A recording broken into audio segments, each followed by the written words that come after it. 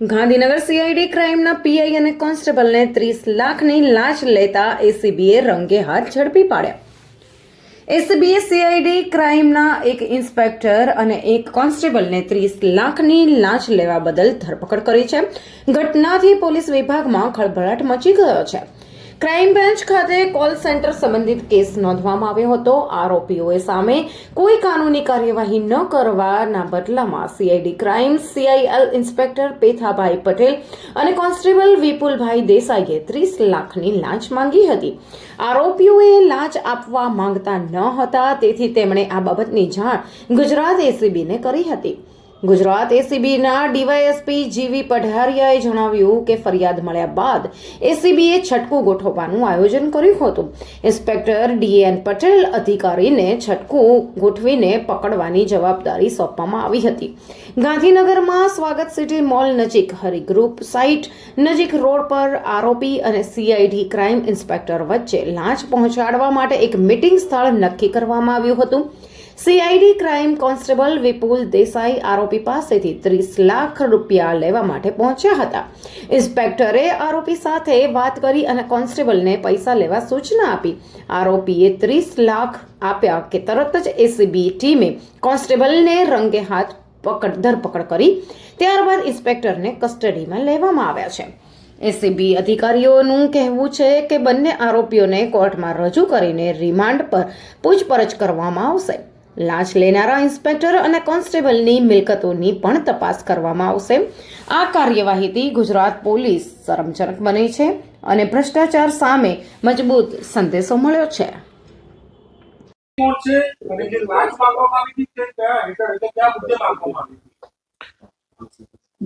CID crime Gandhinagar દ્વારા વર્ષ 2024માં gift city club Gandhinagar ખાતેથી એક આરોપીને પકડવામાં આવેલ, જે કોલ સેન્ટર સાથે સંકળાયેલો હતો અને તેનો જે કોલ સેન્ટરનો જે કારોબાર હતો તે ગોવામાં રહી અને ચલાવતો હતો, જેથી કરી સીઆઈડી ક્રાઇમે ગોવા ખાતે રેડ કરેલી અને ગોવા જઈ અને 23 આરોપીઓને પકડી લાવેલી।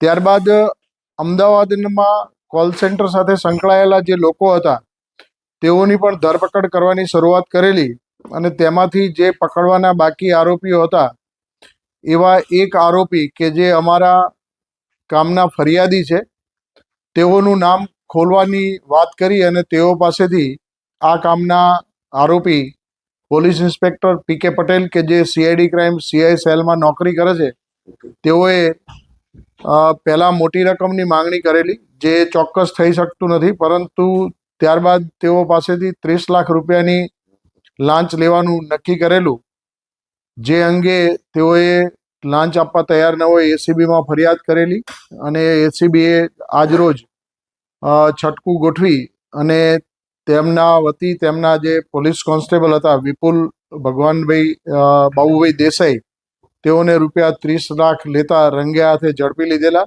અને ત્યારબાદ આ અંગે પીકે પટેલે પણ સંમતિ આપેલી, અને જેથી પીકે પટેલને પણ તાત્કાલિક અસરથી તેઓની ઓફિસમાંથી પકડી લીધેલા છે।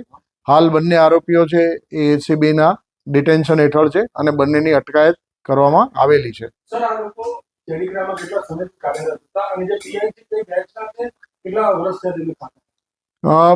પોલીસ ઇન્સ્પેક્ટર પીકે પટેલ વર્ષ 2013ની બેચના સબ ઇન્સ્પેક્ટર છે અને તેઓને 2019માં પ્રમોશન મળેલું। આ પહેલાં તેઓએ અમદાવાદ સિટી, પાટણ, સુરત અને ભુજ ખાતે નોકરી કરેલી અને 2019માં પ્રમોશન મળ્યા બાદ તેઓ એન્ટી કરપ્શન બ્યુરોમાં જ ફરજ બજાવતા હતા અને 2023 સુધી તેઓએ એન્ટી કરપ્શન બ્યુરોમાં ફરજ બજાવેલી અને ત્યારબાદ તેઓ સીઆઈડી ક્રાઇમમાં ટ્રાન્સફર થઈ અને ગયેલા।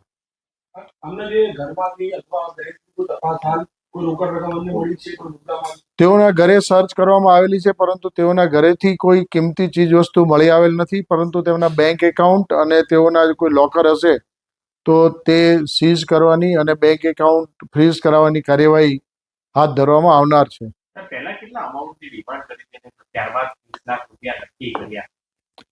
પહેલા ફરિયાદી અને આરોપી બંને પક્ષે જુદી જુદી રકમ બતાવવામાં આવે છે, પરંતુ 1.5 થી 2 કરોડ રૂપિયાની માંગણી કરવામાં આવેલી તેવું તેઓની વાત ઉપરથી જણાય છે।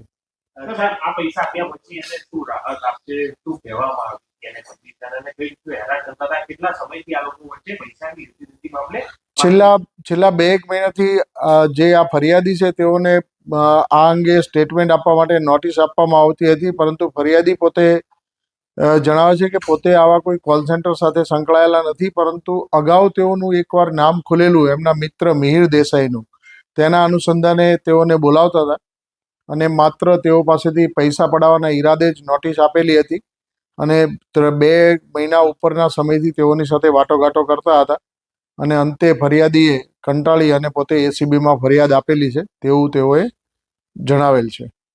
કોલ સેન્ટરનો કેસ કર્યો તેમાં કુલ કેટલા પકડાયા હતા અને આ સિવાય અન્ય કોઈ વ્યક્તિને નામ ન ખોલવા કે હેરાન ન કરવા માટે પૈસા માંગ્યા હોય? આ રીતે અન્ય કોઈના નામ ન ખોલવા માટે પૈસા માંગ્યા હોય તેવી હકીકતો જ્યારે અમે ટ્રેપ કરી છે ત્યારબાદ થોડી ઘણી પ્રકાશમાં આવી છે અને આ અંગે જો કોઈની પાસે આ રીતે પૈસા માંગેલા હોય અથવા તો પૈસા લીધેલા હોય નોટિસ કરીને, તો તેઓ અમારી સમક્ષ આવી અને ફરિયાદ એસીબીને કરી શકે છે, તો અમે તેમને ન્યાય અપાવવા માટે ચોક્કસ પ્રયત્ન કરીશું.